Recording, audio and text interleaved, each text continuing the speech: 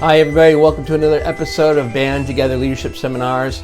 I am Paul Evarts, the CEO and founder of Band Together. Love to have you listen for the next 15-20 minutes and see if it can make a difference in your life. I just heard a cool thing yesterday from a former student, Scott. I taught Scott in 1987. It is it's December the 22nd, 2020. And I talked to him yesterday. So we were talking about something that was 33 years ago. And I'm a high school teacher. You might not know that. I've been teaching since 1989. I was teaching his percussion section in Manteca, California in 1987. And sure enough, I'd say about 7 to 8 years ago, we ran into each other. He had a student in my band at my previous school, which is Dublin High School. And it was really cool. He says, "Are you Mr. Evarts?" And I said, "Yes." "Did you teach our drum line back in Manteca, East Union High School?" "Yeah, I did. Why? You were in that drum line?" Now, remind you, this is 2013 that we're running into each other. I taught him in his drum line 1987. I was 21 years old. And so we had a wonderful time, and we've done a great job for the last 7 years staying in touch with one another, and I love that. So yesterday, Monday, December 21st, he goes, "Paul, I got to tell you something." And I said, "What?" And he said some personal things I'm not going to share with you, but what he did say is that you need to find a platform where you can find people who want to be uplifted, because you're beating yourself against the wall with the students right now. They're probably that's where you're missing out. When I was there, you got us going, and it was awesome. But today's students might not be hooking up with you, and you just might need to find some people. And that's what I hope that you are. I hope that you're tuning into this, looking to be uplifted by somebody who's been teaching for over 30 years. I've been married since the 30th of March, 1991. So I'm excited because this next year will be our 30th anniversary. I'm talking to you as a person that has been hurt a lot by students and parents, but also I've been loved and nurtured and taken care of by many more students and parents than those that have hurt me. So I come with experience, and I want to bring that to you. So Scott, if you happen to be watching this, thank you so much for giving me wind in my sails to keep me moving forward. Thank you for the kind words that you gave me from 1987, 33 years ago. Oh my gosh, it just warms my heart. So here's the purpose. We're going into the 4th minute of this episode. Why I do this? Well, as Scott pointed out, I used to talk about life a lot in classes. We would spend maybe 2 or 3 days a week, only like 10, 15 minutes, just saying life. How are you doing? What's the challenges? And how can we help one another? And took 1 or 2 parents. Took 1 or 2 parents to complain to the administration, "He's spending too much time on life. Gosh darn it, we don't need that stuff in that classroom." So I just said, you know what? This is my platform. I didn't even know what this platform is, man. I thought a platform was something you dive off of. And I think this is my platform, because if you are watching this, then you want to be uplifted. If I'm watching it, I want to have that responsibility to lift you up. And that's my job. I take all the wisdom I've had from all the experiences that I've gained, and I've given to people like Scott, 1987. And I'm gonna run with it. I would love to have your help. Please contact me at band2, the number 2, together at Comcast.net, and see if you want to get on board with me. I need a manager. I need an agent. I need someone who wants to do marketing. I want this program to grow. We have an E-triangle that we just got trademarked. It's got a serial number and everything to it. Let's go. We got a lot of hurting people right now. We have a lot of people who believe that if you are a certain color or a certain gender that you need to act this way or that way.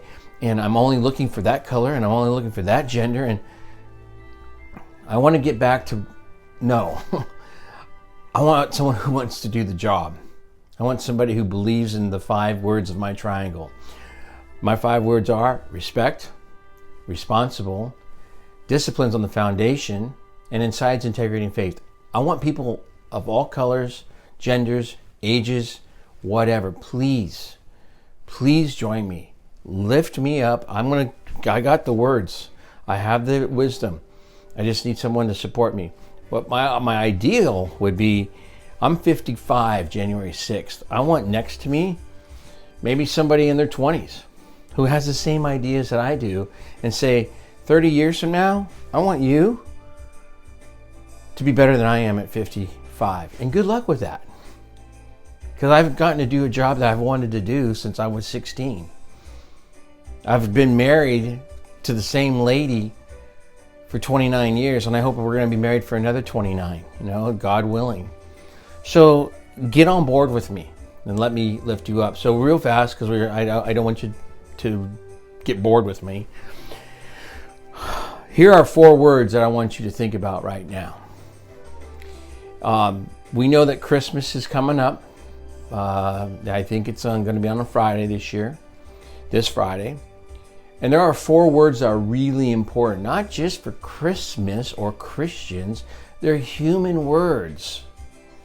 We have joy, hope, love, and peace. Joy, hope, love, peace. Let me talk about joy. What does joy look like to you? Okay, I'm giving you a couple of seconds. Joy. What is joy? Okay, joy to me is doing things that make me happy. Joy to me is holding a little baby. Joy to me is hearing great music. We're listening to Mannheim Steamroller right now. Old Mannheim Steamroller. It's joy. Joy makes me smile. I don't know. There's something about the word joy. Joy to the world. So what joy is? Joy comes out of doing good for others, right? Okay, so we have joy. Hope. Well, we had a president, Barack Obama, who wanted hope and change. I can't think of anything more important than hope. I hope that today is going to help you. I hope that you have people getting you through COVID-19. I hope that you are getting yourself through COVID-19. Where there's hope, there's a future, a good future. So I hope that this video is going to give you joy. It's going to make you smile. It's going to say, yeah, that was worth 15 to 20 minutes of my life, man, because he's right. We have joy, we have hope, we have peace. Peace to me is integrity, which is inside my E triangle, okay? Inside is integrity. I definitely have peace when all my words and actions are matching up. When they don't, when I find myself being hypocritical, when I find myself not walking the walk, talking the talk, there's no peace. I don't have peace when I make mistakes. I don't have peace. And mistakes, I shouldn't say that. I don't have peace when I make bad choices. Okay? Me not knowing that you are a certain gender, that's a mistake. Me not knowing that you want to be color first, person second, that's a mistake. I didn't know that. And then it's a choice for me to say, okay, I acknowledge your color, I acknowledge your gender, I acknowledge your religion. Peace. I want to make peace with me first. I want to eat better foods. I want to eat better. I want to do more stuff to keep me healthy. I want to be at peace, reading. I want to say sorry when I make mistakes. And I want a forgiveness. I think forgiveness leads to peace as well. So we have joy, we have hope, we have peace. And now, for me, the most important, love. As I've said before, there's two words that I don't hear a lot of anymore. One is stupid. Can't say what the kids are doing is stupid. I think that is interesting, because I think that if you had students If you said to students, drinking and driving is stupid, there'd be less of a, I think we'd see less drinking and driving, because no one wants to be stupid. No one wants to be remembered as being stupid, because that's what you are when you drink and drive. You're stupid. And when you get into an accident that hopefully to God doesn't kill anybody, but when you get into an accident, that's stupidity on display. But so you can't say that to young adults. You can't go, you know what you just did was stupid.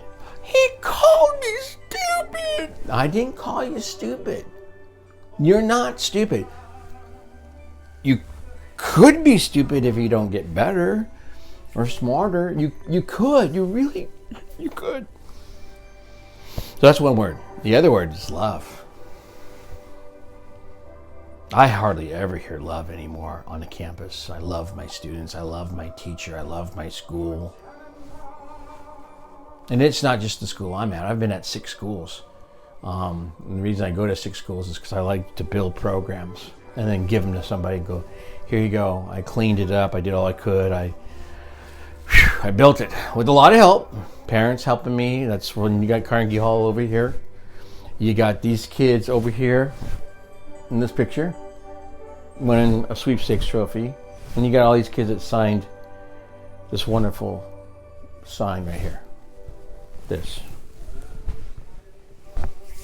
But when I say to a student, I love you, it turns into this, Mr. Evarts made me feel uncomfortable. He said, I love you. I'm reading the book, The Giver by Lois Lowry. And there's a really disturbing phrase in there called precise language. If you haven't read the book by Lois Lowry, The Giver, read the book. I'm not going to give it away, but the precise language thing.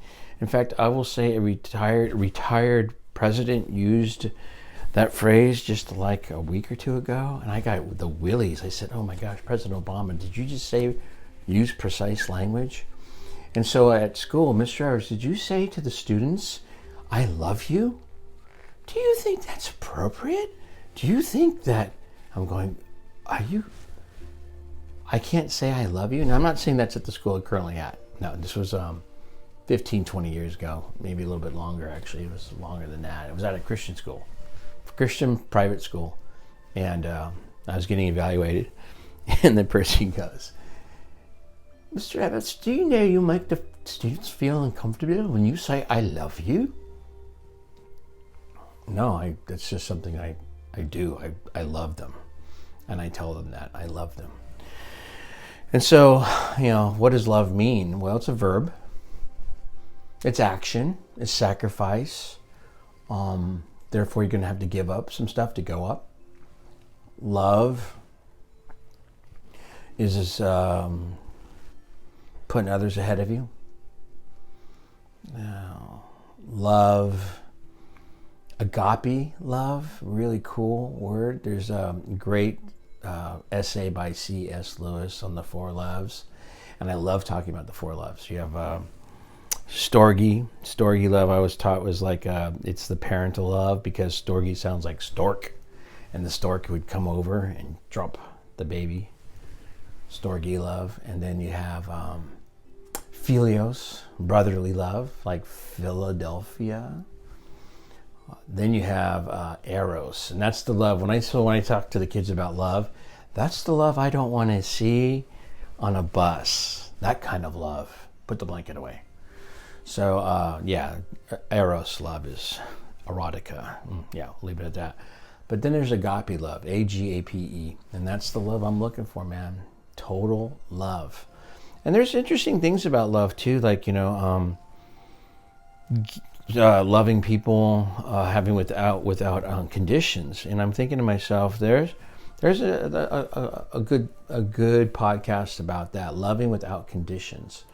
I definitely think that I don't want, if people are hurting me, I will love you because Jesus Christ told us to do that. But I'll just go find some other people to hang out with. I'm not going to hang out with people who are going to hate me and hurt me. I'm just not going to do it. I'll love you, but I'm not going to do that. So my time's winding up. So let's look at the 4 words again. We have joy, hope, peace, love. And this is the season for those 4 words. But it shouldn't be just a season. Those are 4 life words. And I always like to use the stool or the chair analogy. If one of those 4 legs, joy, hope, peace, and love, is shorter than the other, then you have an instability. If you have one of those legs gone, the chair falls over. So you don't have to be a Christian. You don't have to be a religious person. Just be a human being that wants to add joy to somebody's life, that wants to add hope and peace and certainly love. Be that person. And then finally, begin with the end in mind. People don't care.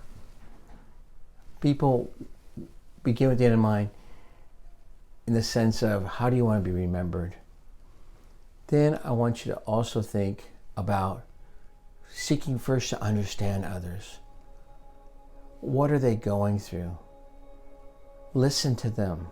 Help them. And then finally, people don't care how much you know until they know how much you care. Say it with me.